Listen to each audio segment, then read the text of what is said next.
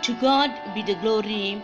Respected Reverend Dr. Rustum Khizer Hein Jaffrey, DD PhD, Advisor International Mission Director, and every day I'm reading Pastor's writing. Today is the 57th portion, and Revelation chapter 1, verse 3. Blessed is he that readeth, and they that hear the word of this prophecy, and keep those things which are written therein, for the time is at hand. And the Bible promised to the church of Smyrna, unto the angel of the church in Smyrna, writes, These things says the first and the last, which was dead and is alive, and is. I know thy work and tribulation and poverty, but thou art rich. And I know thy blasphemy of them which say they are Jews are not, but are the synagogue of Satan. Fear none of those things which thou shalt suffer. Behold, the devil shall cast some of you into prison, that you may be tried, and you shall have a tribulation 10 days. Be thou faithful unto death, and I will give you the crown of life. And this is the promise for Smyrna, what Christ says. And the beauty of Smyrna, the city of Smyrna, that they describe the beauty. Its history had not little to do with the beauty of Smyrna, for was one of the very few planned cities in the world. It had been founded as a Greek colony as far back as 1000 year BC. About 600 BC, a disaster had befallen it, for that Lydian had broken in from the east and destroyed it. For 400 years, Smyrna had been no city but a collection of a little village. Then Lysimachus had rebuilt it and planned a whole. It was built a great, straight, broad streets. Strabo speaks of the handsomeness of the streets, the excellence of the paving, the great rectangular block in which it was built. Most famous of all street was that street of gold, which began with a temple of Jesus and ended with a temple of Cybele. It ran across the foothills of the Pagos, and the buildings which encircled the Pagos was the crown of Smyrna. The street of gold was the necklace around the hill. Here we have an interesting and a significant thing which shows the care and knowledge with which John set down his letter from the risen church. The risen Christ is called He who died and came to life.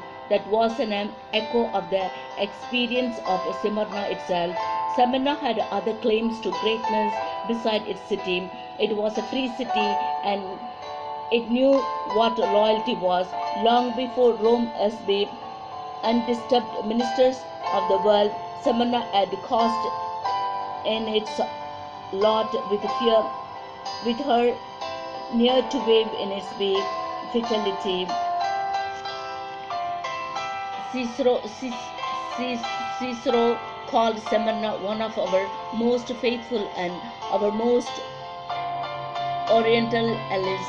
In one of their campaigns in the Far East, things had gone badly with Rome, and when the soldiers of Rome were suffering from hunger and cold, the people of Smyrna stripped off their own clothes to send to them. Such was the reverence of Smyrna for Rome, that was far back as 195 BC. It was the first city in the world to erect the temple of the goddess of Roma.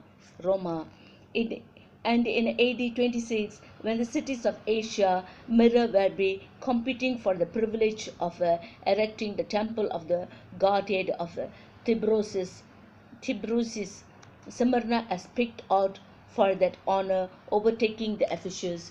Not only was Smyrna great in trade, beauty, in political and religious and economic, it was a city where culture flourished. Smyrna had a stadium in which famous games were held yearly, a magnificent public library, and an Odeon which was the house of music, and the theatre which was the largest in Asia Minor.